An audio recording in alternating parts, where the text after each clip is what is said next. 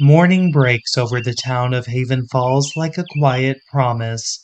Soft light is spilling across familiar streets, stores are opening their doors, and hearts are carrying the weight of what today might bring. Meanwhile, at Haven Falls Hospital, an eager looking Hannah is sitting on the other side of Catherine's desk when. Oh, Hannah, please forgive me for keeping you waiting for so long. It has been a crazy morning. That it has been, Chief. I'm surprised I was able to make it up here to meet with you. Oh, I share those same feelings. Anyway, what's up? We might as well just cut right to it. Good idea. We never know when we'll be needed. Exactly. Anyway, I'm here to speak with you about the progress on the hospital's new maternity ward. Well, it's coming along quite well. That makes me so happy to hear. Why are you so curious about said progress? I'm curious about the progress of the project because I would like to work in the ward when it's completed. I want to expand my knowledge of what our hospital offers. I want to learn from— Hannah, I understand your curiosity, and I can appreciate it. You know, to be honest with you, I think that you'd be a wonderful asset in our maternity ward once it's completed. Oh, really? Yes. Now, let's talk about how we can make such a thing work. The halls of Hale Manufacturing remain quiet as Laura enters Victor's office from the executive lobby. Sensing her presence, Victor moves toward the bar cart and begins pouring a cup of coffee. Care for a cup? I'm fine, thanks. I was shocked to see you here. What's that supposed to mean? Oh, I just thought you'd be at your lab or with my son. I'm meeting him for lunch later today. First, I wanted to come over here and discuss something rather imperative with you. Oh? And what do we need to have a chat about? Two things, actually. Your press conference for starters, and your never-ending feud with my father second.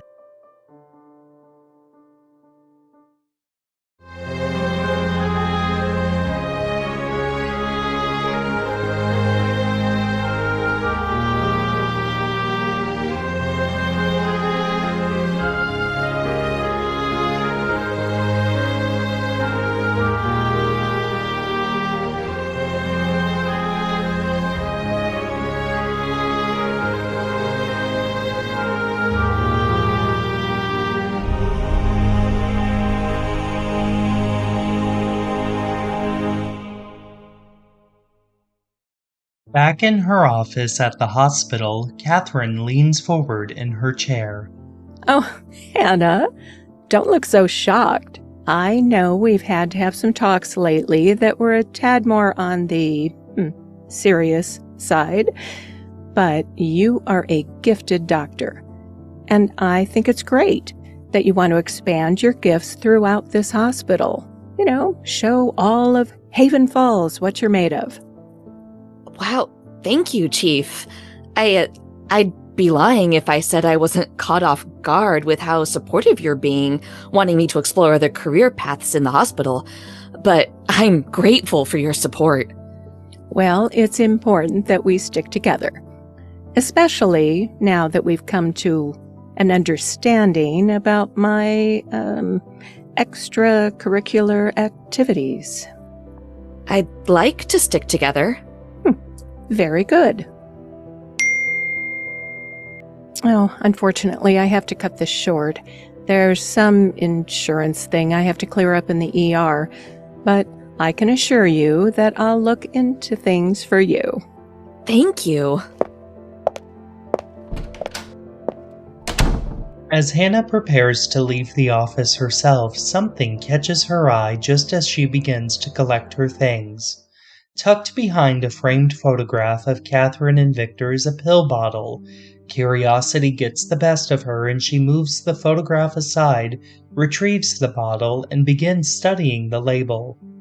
What on earth? Meanwhile, outside of Catherine's office... Oh, Jesus, Catherine, how could you forget your iPad? Hannah, With a look of shock falling upon her face, Hannah slowly turns around with the pill bottle in hand. What in the hell do you think you're doing? I think you need to see yourself out. Right now.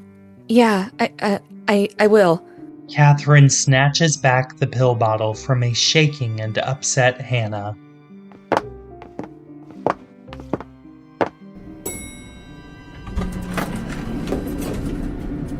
Now in the elevator, alone with her thoughts, an uneasy feeling begins to settle over Hannah.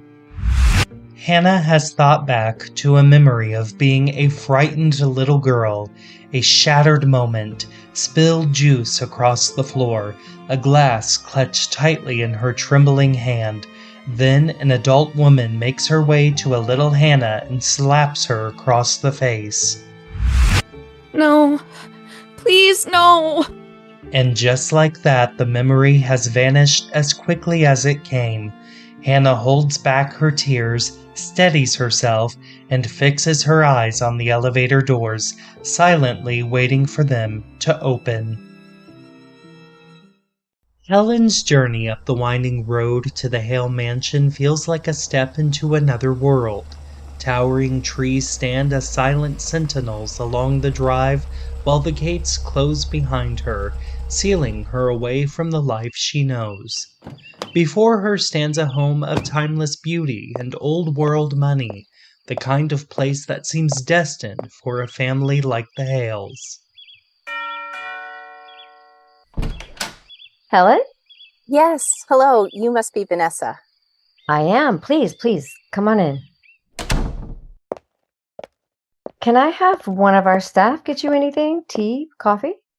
I'm fine, thank you. Okay, well, please, have a seat. My father told me that you came to his office one day to interview for his assistant position. I did, yeah. Unfortunately, that whole thing was interfered because of the madman who assaulted him. My father is very grateful that you called the police. Anyway, my father is all about repaying those who have looked out for our family, and that is why he wanted me to interview you. Kind of had that thought when I got an email from him yesterday. He detailed how this job would be a better paying position, that housing was involved, and that I could assist greatly in raising the next generation of Hales, beginning with your son. Yeah, he has a way of summing things up quite well. But yes, I need a round-the-clock nanny for my child. I need someone who's trustworthy, loving, and will make sure that I can do what I need to do to get back on track. My goal is to be a good mom. Why is it that you think you're not a good mother at this moment? Well, simply put, even though it's not simple at all, but my husband died. It was a car accident. And since then, honestly, I have felt as if I am not good enough to raise my son on my own. I feel very defeated with the fact that he's not going to get an upbringing with both of his parents. I understand my privilege, my family's money, and yet I feel as though I got robbed of my dream nonetheless. Never doubt that you're a good mom. Never doubt that you are giving your son exactly what he needs. And if you hire me, never doubt that I'll do everything in my power to make sure your child is brought up around even more love and sunshine.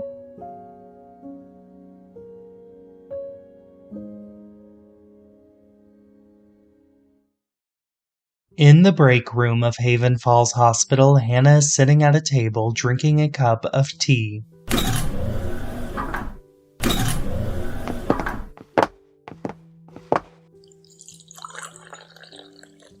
Hey, what's got you so stressed? It's nothing. You always say that when you're stressed to the max. I knew you all too well, bestie. You do. That you do. So, okay, what's going on? Rumor does have it that you've been getting scolded by Dragon Lady Catherine lately. Is that true? Word travels fast. Duh, that it does. Is that why you've been stressed, though? We've been putting up with that lady for years now.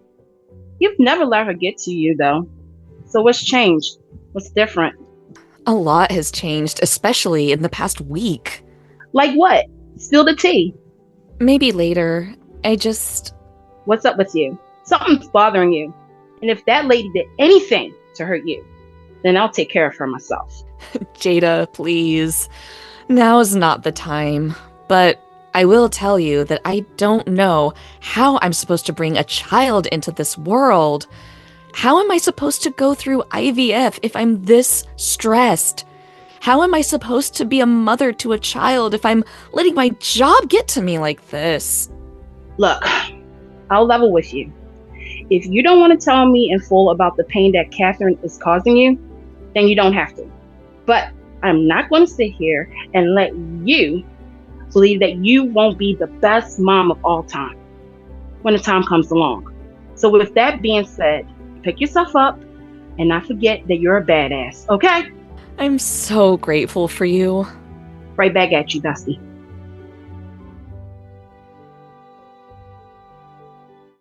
Within the walls of Haven Falls Hospital, Catherine takes a closer look at one of her employees, carefully examining Hannah's personnel file.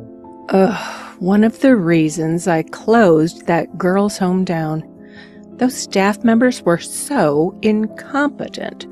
They couldn't even raise these girls to turn into respectful young women. Oh, Hannah, you are so entitled. You think you need answers to everything. But be careful, young lady. You are about to overstep a little too far. Fingers crossed, my plan to keep you in line works. Victor takes a sip of his freshly brewed coffee in his office at Hale Manufacturing as Laura steps closer to him. Front page news. Headline: Patrick Callahan, once a criminal, always a criminal. I know. I read the article. I know. You paid for that article to be printed. This is after you also paid members of the press from our town and even this state to show up at your press conference. I'm sorry if that press conference caused you any pain. But think of the pain that your father has caused me, Laura. Think of the pain that he has caused my family. I am about to be your family. I am marrying your son in a few months, and I've always been well aware of my father's history. We don't keep secrets in the Callahan family. We're honest, good people. You, your mother, and your brother, sure. I can believe that. But your father? He ran me down with a car years ago. He punched me in my face just yesterday. I'm not trying to justify his actions. I don't believe in violence. But he was battling alcoholism when he ran you down with that car after it had been revealed that you cheated on my mom with your now wife. We all do stupid things in college. Decades have passed, though. He more than proved himself worthy of becoming a valued and trusted member of society. And as for the assault, I'm still so very curious on how you provoked him. You have long considered my father unworthy, all because you can't stand the fact that my mother chose him and that he raised a fine family. I am proud to be his daughter. I have no doubt. And it's noble of you to come here and stand up for him. But do you notice a difference between your father and I? I didn't press any charges. I let him loose. You are still going after our family's farm. You haven't turned him loose. You haven't let your grudge go. You've just come up with new ways to go about things. And I'll have you know that our farm is much stronger now, more than ever. For the first time in years, it is returning to its former glory. My father worked hard on a new plan to save our farm and turn around the health of our soil. And now, that hard work is most certainly paying off. Congratulations. Do you want me to plan a parade in celebration of the Callahan farm being saved? Or maybe I could call my lawyers up here. I'll tell you what. You show them proof that the health of the soil has rebounded, and then my dreams of my company's expansion can be put on hold. How does that sound? I'll get you the proof that you want, and I'll release the proof to the press. But in the meantime, if you don't stop continuing this feud with my father, If you don't stop provoking him, then you can kiss your invitation to your son and I's wedding goodbye. And if your father ever comes around here again, then he can kiss his freedom goodbye. I'm not playing games, Laura. Make no mistake, neither am I. Goodbye, Victor.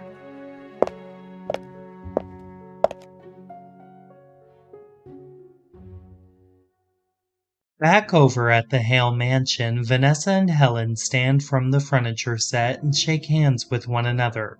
Well, I think that you are going to be the perfect nanny to my son. And I'm thrilled that you've decided to hire me, Vanessa. I can't wait to get started. I think the two of you will become very close. Are you free tomorrow morning, by the way? I'd love for you to move in as soon as possible to the guest house and meet my son. What time? Well, why don't you stop on over at 9? Perfect. And how big of a moving truck do you need? We'll cover all moving expenses. I appreciate the offer, but I just have 2 suitcases and a small little tote. Really? Yeah, that's all I came with. So you came to town without any other belongings or furniture? Yeah, I wanted a fresh start. Besides, I lived at my mother's house before she passed, so... Well, I hope that the guest house will be to your liking. It's a beautiful home, and if you would like to redecorate... I'm sure the accommodations will be beyond wonderful. I guess I better be going, but I will see you tomorrow. And I look forward to it. Should I show you out? Oh, no need. Have a super day. Hopefully, this is the beginning of things returning to normal. Back in Catherine's office at the hospital. Come in. Dr. Whitaker. Hello. Thank you for coming up here on such short notice. I always have time for you, especially with what I'm getting out of all of this. Ooh, I love your enthusiasm. Anyway, how is our plan coming along? Well, it's day 1, and it's going very well. I was able to be ever so comforting to my friend Hannah. Though she didn't reveal anything about you, she did inform me that she does feel stressed, but I got everything taken care of. I'll make sure she stays in her right mind. I knew you were the right person for the job. Now, let's talk about the endless possibilities of getting you a promotion to be head of cardiology. But remember, that only happens if you continue to keep Hannah out of my way. Now, have a seat.